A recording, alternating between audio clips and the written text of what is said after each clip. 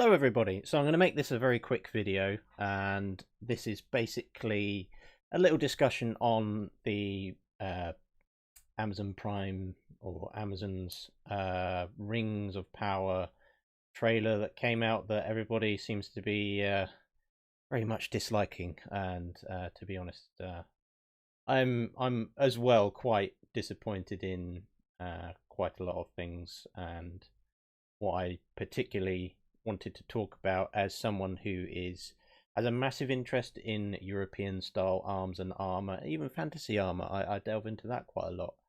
Um, I'm a huge Lord of the Rings fan. You know, I was a child when the Fellowship came out, and then Two Towers and Return of the King, and I've after that I ended up reading through all the books and some of the histories that I think it was Tolkien's son did a bit on his father's works. So what I want to talk about here, so in this scene in general, I think this is meant to be Finrod. I may be wrong. So this is Galadriel's brother, and he's, to be honest, looking rather young. And at this point, he would be really quite old. He should be looking like a regular, probably in his 30s, maybe 40s, depending on how really ancient he really is here. But you know, you're talking thousands of years, really. So he's gonna be quite a mature elf at this point. I'm not particularly sure what the scene is. There's some pyrotechnics going on in the background here, massive fire. Maybe that's a dragon or a fire drake or something like that. And then you've got these orcs here that are kind of charging in. You've got Finrod's sort of backing up force. So my first opinion is that Finrod is without helmet. He's also a king. He's the king of Nargothrond, and he's a Norder elf.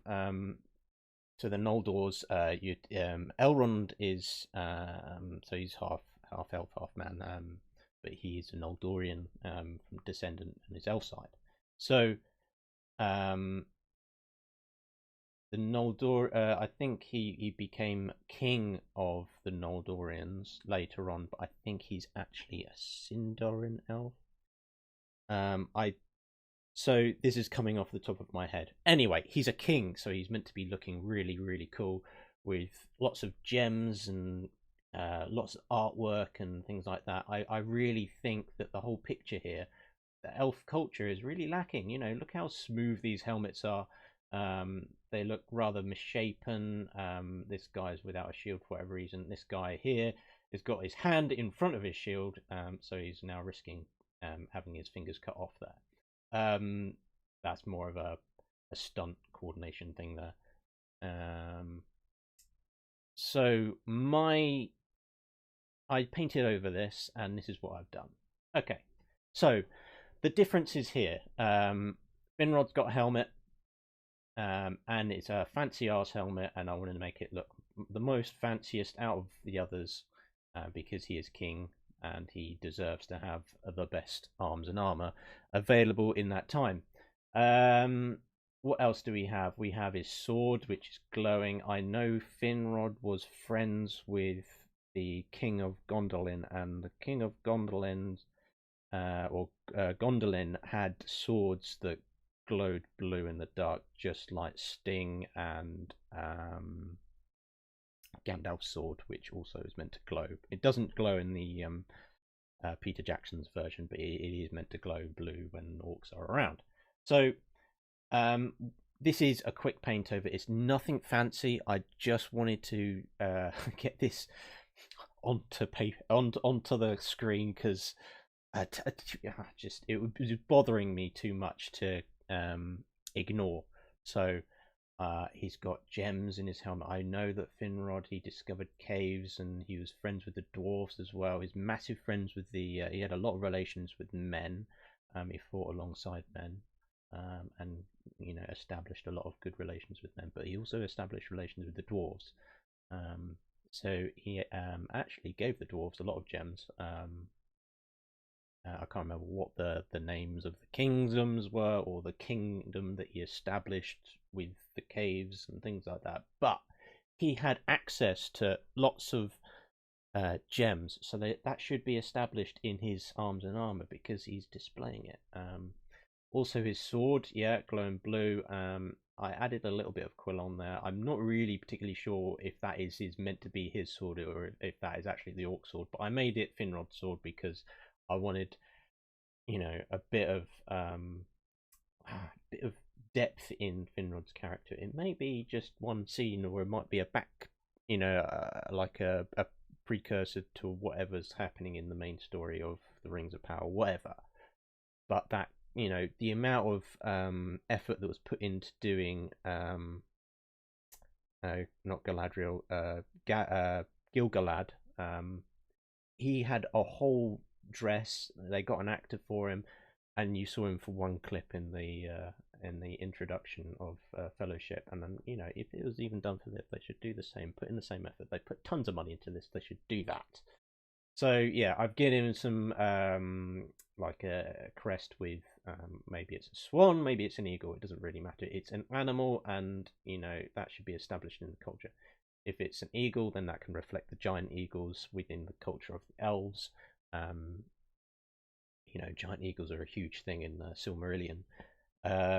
Even swans. So swans, they had boats of that resembled swan heads. Well, they had swan heads on the front of the boats, and maybe these swan feathers. Just adding a little bit of depth to Finrod here.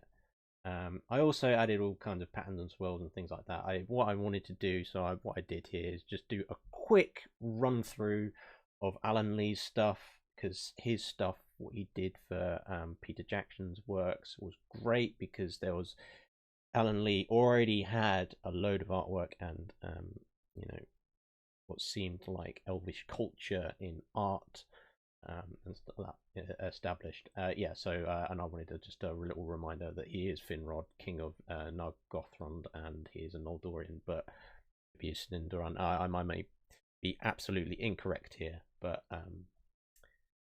even so, I wanted to reflect some of Alan Lee's work again in this, because it's already established in Peter Jackson's stuff, and I wanted to communicate that further. So let's do some comparisons to the original with the guys in the background here. So this pauldron here, I wanted that to just look a little like, reflecting that kind of swooshy style, that not Gothic style. Gothic style is actually quite different than this, but in this pauldron here, I've made it have several lanes just to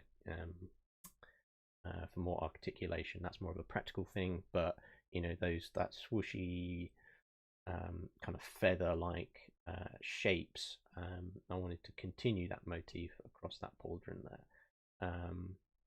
There's a lot of Latin style culture stuff with so this is more like Celtic style, that's been changed quite a bit for Alan Lee's interpretation, but I wanted the that swooshy, swirly, abstract style that is quite not animalistic. It's quite sort of nature that's been abstracted. So it's like shapes of vines, shapes of certain things.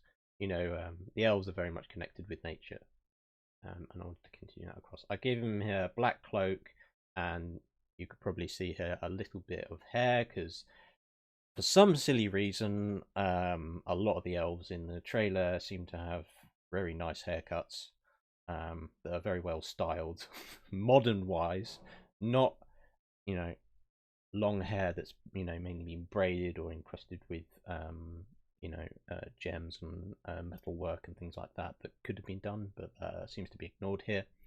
The helmets and the guys' backgrounds here, I did repeat that. It is a copy and paste job here, but I did change that a little bit. And then this guy here has got a slightly different helmet, and they've got like these horsehair blooms coming in the background there. I wanted to reflect a little bit of the style that was done in the Noggle Elves in the introduction of Fellowship, but not massively. I wanted to change that up a little bit. It does seem, with the helmets that were done for the production, they do seem a little odd, but there is a little bit of connection, in the style between Alan Lee's and this version. But I wanted to further that a little on here and just make it look a little better shaped. The shaping of the helmets here, it seems really kind of like flat, and the neck guard here could have been, that style of these sloping curves, these swooshy lines that could have been established further here. And I gave this guy a shield because he seems to be lacking a shield here for whatever reason. I don't know. He lost his shield, so I gave him his shield back. Isn't that great? And what else have I got to say? I didn't really do much with the orcs. They seem okay here. And plus they're really quite blurry. I just gave some, blue light reflection here of that blue sword. So yes, I want to stop here before I keep on ranting on and on and on. Maybe this is an improvement. Please let me know.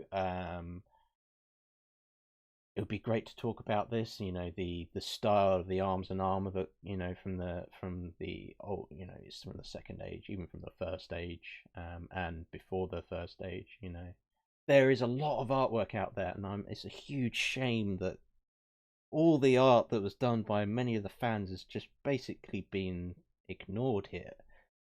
For whatever reason, I don't know, but the production of the costumes, especially in this scene for the elves, is, from my opinion, really quite terrible. It could have been massively improved. Oh yeah, a little point here, I added mail. He's got a mail gorget and mail, not mail gorget, mail like standard underneath his helmet there and underneath his breastplate. And then you maybe give him a mail sleeve, and underneath that he may have some plate. But throughout a lot of the first age, second age, there's a lot of mention of mail armor, especially in the Silmarillion. To be honest, throughout a lot of Lord of the Rings, there's a lot of mention of mail. I'm talking about chainmail here, but chainmail should be referred to just mail. Be talking historically. So yeah. Anyway, I'll leave it there, and I should. I'll be continuing on with other videos in the future. So I hope you enjoyed that, and I'll catch you on the next video. Bye, guys.